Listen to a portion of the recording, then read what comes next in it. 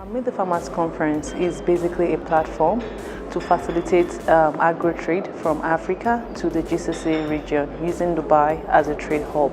So as a consulting firm, we do a lot of market research, and then we found out that a lot of produce come from Africa but is not being exported to the UAE indigenously. So talking to different government bodies in Africa and in Dubai, so we decided like, okay, let's bring all the key stakeholders together and let's try to address this issue. Why not take advantage and let's maximize it to the fullest? Because if you look at the UAE, the export industry for agro produce is at 100 billion US dollars. And with all the amazing produce coming out of Kenya, why can't we take all of this to UAE for it to be exported? So this is why Nairobi is really important to us. Meet the Farmers Conference is an exclusive business matchmaking event for African farmers who are looking to venture into the GCC market. And the event aims to bring together exporters of agro-commodities, off-takers, other private and government stakeholders to discuss trade and investment.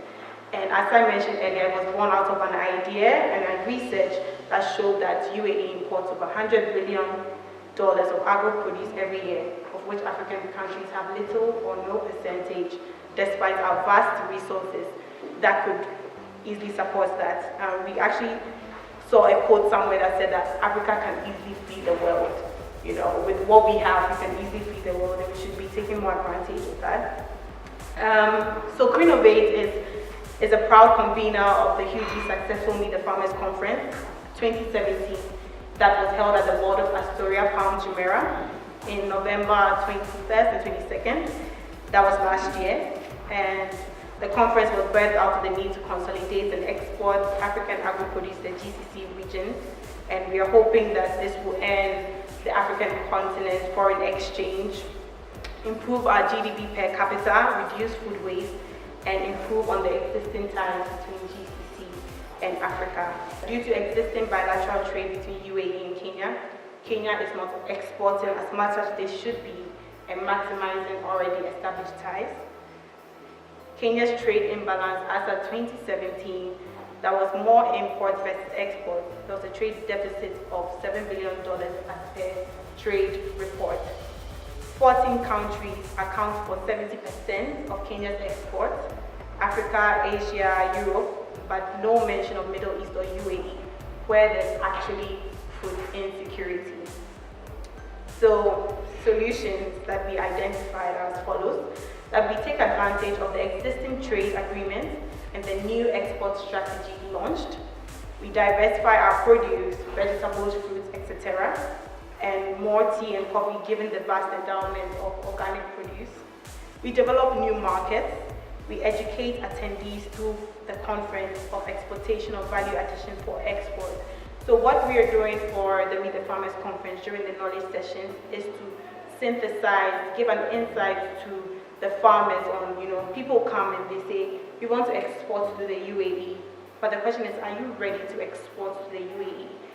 So during the conference, we are looking at educating farmers through these knowledge sessions, telling them what are the export requirements of the UAE, what are you supposed to be doing, how is your packaging, how can you package in such a way that is attractive to the UAE market, what value addition can you bring on the table that will make you competitive in the market. So during the little conferences we're having in the African countries, we're looking to enlighten these farmers, because what happened last year was that people came, they attended. When it was time to meet the off-takers, first of all, they had little or no information to also speak. So then you get there and you realize that you don't have adequate information, you don't know what you're about. So we wanted to come to Africa this year to educate all the attendees that these are the things that you should expect for the Dubai conference. When you get there and you're to meet all these high-profile people or people that you're willing to buy your produce, these are the things that you have to have, especially when it comes to knowledge and information, so as to be able to transact deals effectively. So our goal is to promote exports of Kenyan agricultural products within Africa and across UAE. The ones we are having in the African countries, we are looking at Ghana, Nigeria, Kenya, and Rwanda, where we will not have the off-takers from Dubai, because the off-takers in Dubai will actually be at the Dubai conference. But then we also want to promote intra and extra trade in Africa, because what we realize is like when people in Ghana want to trade with people in Kenya, people in Nigeria want to with Kenya, Rwanda, all of that, vice versa. So we are looking at providing a platform as well so that all these different African agricultural stakeholders can come together and transact trade effectively. We are looking to add value to all attendees. Our main goal for this conference is not to just have another conference, where we do all the mundane things and come and sit down and then we have panel discussions and then people go back and there's no actual fiscal value that has been added.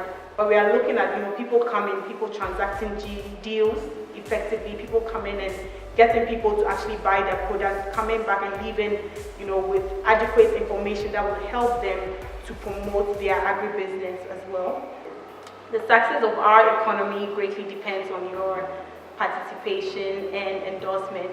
And for now, Kenya and Dubai are moving in the right direction, and it's our collective responsibility to be chief drivers in this upward movement and not to be merely passengers in the vehicle of development. So we would be most grateful for you to grace us with your presence as we mark a new beginning in Kenya's agribusiness.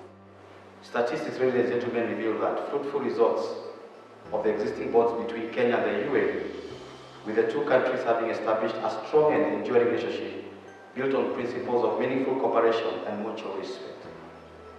Now, these strong ties are manifested by the more than 300 Kenyan-based businesses that are registered with Dubai Chamber. And indeed, Daisy has mentioned about the importance of registering with the free zones, which is part of the things that are part of the areas we try to support companies by giving the right information. Dubai's non-oil trade with Kenya in 2017 reached around $1.36 billion, with a growth percentage of around 19% compared to 2016.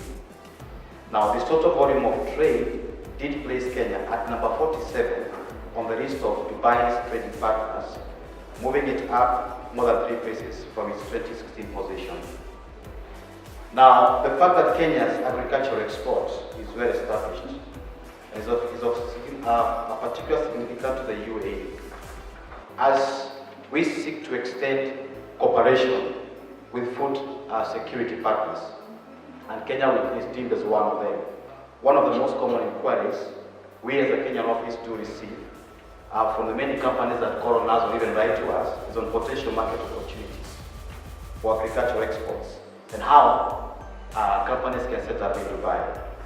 Now, with this being such a popular topic, it is anticipated that increased market awareness and export promotion activities will see more Kenyan companies seek to establish export and re-export markets in Dubai.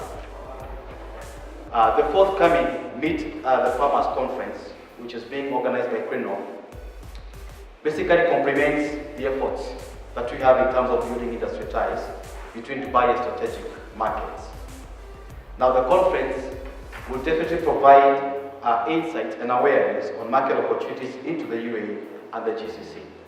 And therefore, I wish to take this opportunity to really congratulate Crino and wish them very well as we look forward to the conference in September. We strongly believe that with such kind of forums happening in Nairobi, and I'm glad that they've chosen Nairobi as the next destination after Ghana, which was very successful. And indeed, the next one is just close to our neighbors here, Kigali. And I wish to mention at this juncture that we as Kenya office, our focus is heavily on agriculture, because we strongly believe that this is one area we can leverage on trade between Kenya and the UAE countries. The Kenya Association of Manufacturers is very keen, particularly in the area of food processing and value addition, and will be glad and ready to collaborate with any entity that is available to bring in a technology. We'll be able to, we'll be glad to establish platforms of interaction with our members on any new technology that may come in that will enhance food production, that will enhance agriculture processing and value addition. But more so, we need to support the area of value addition that has been lacking. If you just go through a number of industries that are processing juices, for example, I would say 80% of the juices are not fresh juices. Does that mean we don't have fruits to produce fresh juices? No. Majority of the juices we produce are concentrates. And looking at the aging population, anyone above 35 would really not buy these concentrates. But anyone below 35, maybe that would be your interest, you buy the concentrate. But it will reach a time when you don't want to drink the concentrate. You want the real juice. You want the real food. You want the real kienyeji, those who eat chicken. You don't want these ones that are produced within a short time. So KM is keen on working with all of you with any ideas, any technology that comes in that will enhance productivity within a specific value chain. We have, right now we're doing some research and some work on the tomato value chain, because we realize there's a lot of opportunity that has not been tapped. The potatoes is another one. We've seen a number of companies coming to do crisps across the country. If you've moved around Kenya, you'll see a lot of wastage of potatoes, a lot of wastage of cabbage, because they can't find a processing plant, they can't be frozen to be sold later on, they can't be stored and all that. So we concentrate so much on maize and wheat flour, yet forget the other opportunities like potatoes, crisps, peas and all that. If you look at our export, Kenya is, I think, the fourth or the third largest exporter of fresh produce. And we can only maintain this if it adds, there is value addition and it adds value and it supports every related sector of the economy. And so the Kenya Association of Manufacturers is keen, very keen, in working with the farmers across the country and across Africa to enable new technology be applied. Africa must start by treating agriculture as a business. So basically, what can a smart contract or the blockchain do for agriculture? Imagine a blockchain-powered exchange, where it's an exchange where you have all the shareholders in agriculture. You have the consumer in that exchange, you have the farmers, and you have the logistics. So basically, these three shareholders are able to transact with each other, and their transactions are also transparent since they are on a public ledger, and they can be able to do business with each other directly without having to use middlemen, thus reducing the barriers in between. So basically, what can a smart contract or the blockchain do for agriculture? Imagine a blockchain-powered exchange, where it's an exchange where you have all the shareholders in agriculture. You have the consumer in that exchange, you have the farmers, and you have the logistics. So basically, these three shareholders are able to transact with each other, and their transactions are also transparent since they are on a public ledger, and they can be able to do business with each other directly without having to use middlemen, thus reducing the barriers in between. So I have also put out some things in details of what blockchain can do. It can, of course, reduce barriers and bridge the gap between the Middle East and Africa. It can give small-scale farmers a higher bargaining power too, such that if you're able to come into the exchange with 200 bags only, and you're able to communicate straight with the consumer of the product, you're able to have a higher bargaining power as compared to if you would have to go through a middleman who would buy the goods from you, take his own cart, he'd take it through a transportation guy who would do the same. So eventually you find the farmer gets a little portion of the final profit. You can also, it also produce tracking. Basically, if my produce is being sent to Dubai, you can be able to trace how it's going. Is it in Mombasa at the port? Is it being shipped? Why is it? Because the public ledger stores all the details, and all these details cannot be tampered with. And then it can also track origins. Daisy here mentioned that there are some products you find in, let's say, India, and they are labeled made in India. Blockchain again will get rid of this problem because all these things are stored on the blockchain, and this blockchain cannot again, as I said, be tampered with. And also it can enhance fair pricing, as I said earlier. Fair pricing meaning you have a higher bargaining power, so you can get fair prices. You can compare what products being sold by the UK, or at what price are they being sold at. Because everything is in a single network that is powered by the blockchain. Bring together all the various key stakeholders in the agriculture sector, particular value chains that we're working with. So under fruits, we work with farmers who are growing avocado, mango. We also have farmers in pulses sector, and recently we got interest in tea and coffee and herbs and spices. Our expectations is one, definitely to find out the opportunities that there are for us to trade for or get access to markets for the farmers that we're representing, and also just see opportunities of synergy, partnerships that we can get into for this. I think there's a trip to Dubai that's coming up, and we would love some of our farmers that we're working with to actually go and see the opportunities that are presented in Dubai. So definitely looking forward to learn, to network and collaborate with this platform. Because that is where we see the future of farming, whereby people can use blockchain technology for transparency from the farm to the end user of the product. Well, our expectation is that one, farmers will agree to come for training for blockchain. Secondly is that we can have intra-Africa trade, because that has been an issue whereby there's too much paperwork and bureaucracy. But if I want to import coffee from Ghana, there's too much, and then it also takes time. Take a long distance. The transit time is quite high vis-a-vis me importing items from China. So we want to see whether blockchain can actually facilitate that. And I'm happy that already Kenya is embracing blockchain technology. As manufacturers, we are looking forward to the conference, mostly in the part of meeting other businesses who can be able to buy or sell or even market our products that we produce locally. But more so, being a farmers conference, we are looking forward for an engagement where certain produce can be bought by our manufacturers for further processing. If you look at a country like Kenya, for example, in terms of our trade deficit, there is a lot that we import in comparison to what we export to the other international markets. The government is keen in bridging this gap of import and exports, and this is through just a basic agreement and compliance related issues.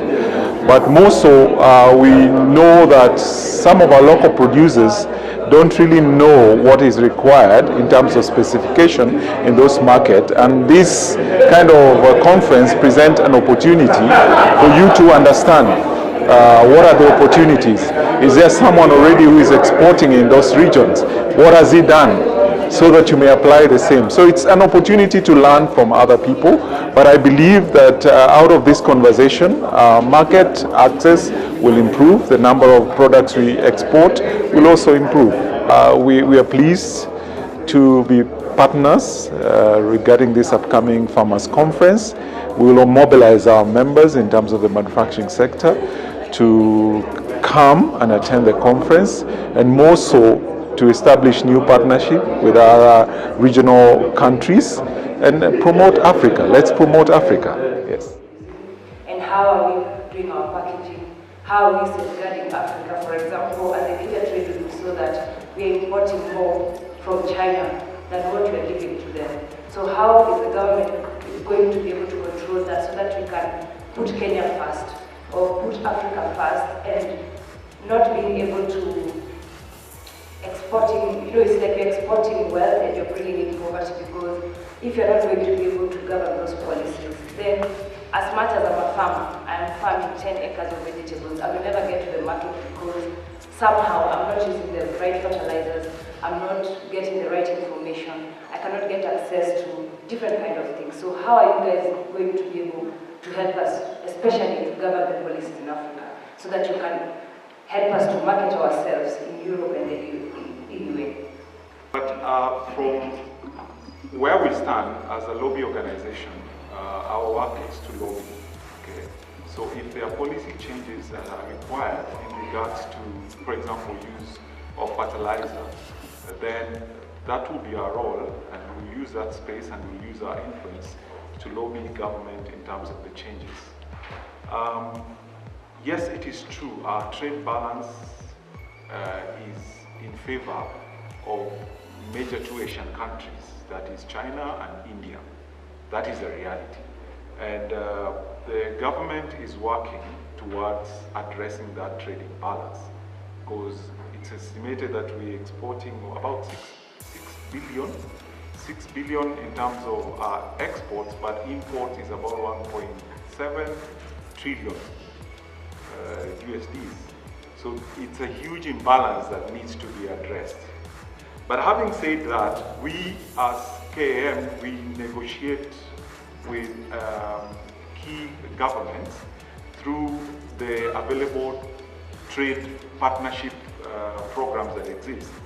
If you're targeting EAC, East African Community, there is a COMESA, there is a EU, there is a new one, African Continental Trade Free Trade Area, which is a new opportunity for us to trade and also to export our products. One of the challenges, and our EPC is addressing this, is the compliance issues in terms of our packaging. How do we package specific products that we produce to meet the market specification? Because most people here have produce, but they don't know the market specifications. So I would encourage you to visit EPC. They will take you through on different countries, if it is EU, if it is the Asian countries, United Arab Emirates, and all that. They will give you specification for those specific markets. But as a lobby organization, I can promise you that we will continue engaging and ensuring that our opportunities are exhausted. But even before you go out there, let also your produce have access to our local industries, because that's a way of measuring whether you meet quality criteria. And just to add on what my brother on the other side of the table said, in terms of regulation, what we have currently is sufficient enough to allow us to negotiate and navigate in business. For now, we could only keep mounting pressure to government to make some changes, but what is available is already enough for us to be able to do business. In terms of the standards, it's actually up to us. Depends on what you export. Every item, every regulator, every item that you export has its own standard based on the destination and the country where you want to export to. Just like Daisy said, our products get into Dubai, but via other routes. So they become products of India, and yet the other tier went to Amsterdam, then exported as products from Amsterdam, for example, into Dubai. So what we have is basically two things need to come out. One, we need to work together very closely in terms of what we want, which market we want to enter, and how we approach that regulator to be able to support us to get to that space. The second thing, in terms of standards, we have no choice but to keep the quality of what the other standards, the other market requires, without compromising our standards. In terms of domestic trade, it's important that we consolidate ourselves and stop reliance on the traditional things that we've done, but trying to become more innovative and collecting ourselves together and say what is coming, what are the patterns, how do we move, so that we have a niche that we need to fill. For example, as Hosea said, we planning our fruits and vegetables, not planning, we already have fruits and vegetables, herbs and spices, something is coming up on the 5th to 7th of September at Kenya School of Monetary Studies, and it's going to be a 3-day. And if you look at it, we are looking at agricultural financing, we are looking at access to market and trade, we are bringing in a few importers from different countries that are coming, including enticing the local offices of specific countries that we trade with to invite and help us bring buyers from their countries to come and understand the market. The frustrating part will be if you don't appear in that conference, a place that you have an opportunity to meet to be and be able to interact and move forward. And back to the Dubai Chamber, last year at Kibiski, we had a very serious discussion with a delegation that came from Dubai. And we agreed that as soon as the office is set up, which I would actually want to take the opportunity to ask you, can you now ask us to come? Because we say once the office is set up, we'll sit down together. And I agree that now there's a Kenyan office, the Dubai Kenyan office. We now sit together and say, what are the opportunities? How do we work?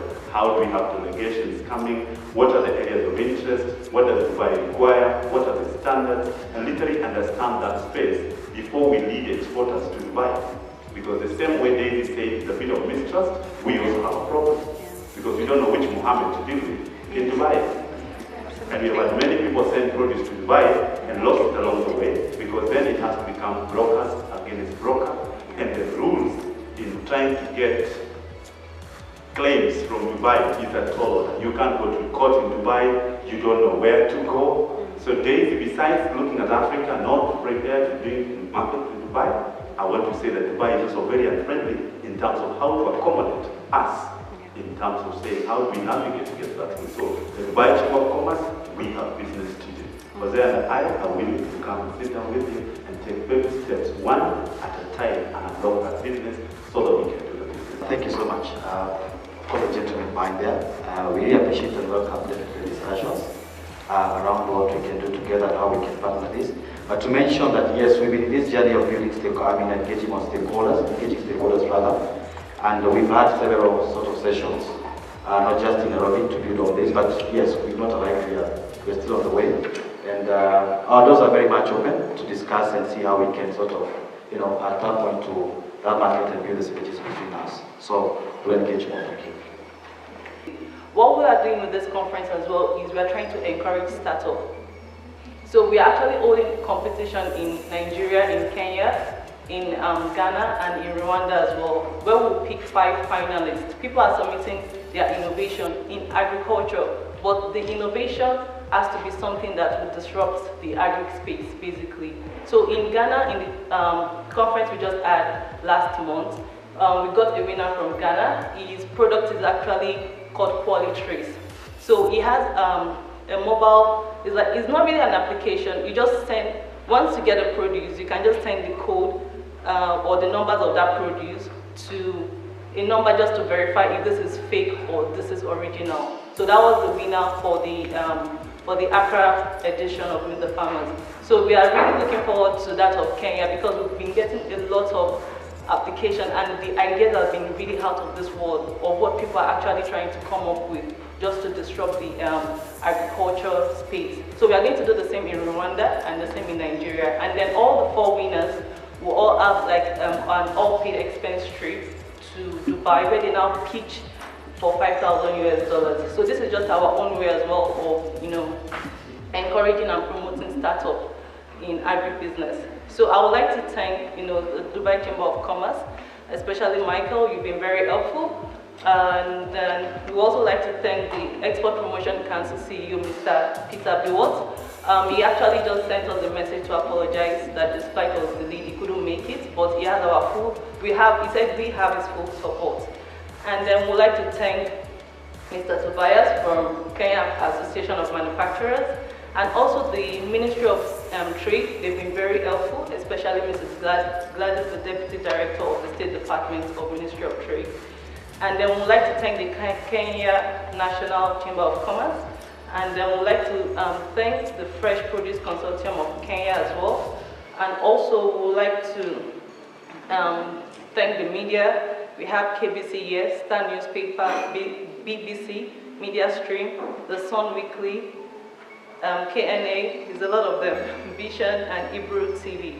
And the ones I didn't mention, I would like to thank everyone. And we look forward to having everyone at the conference on the 4th of September.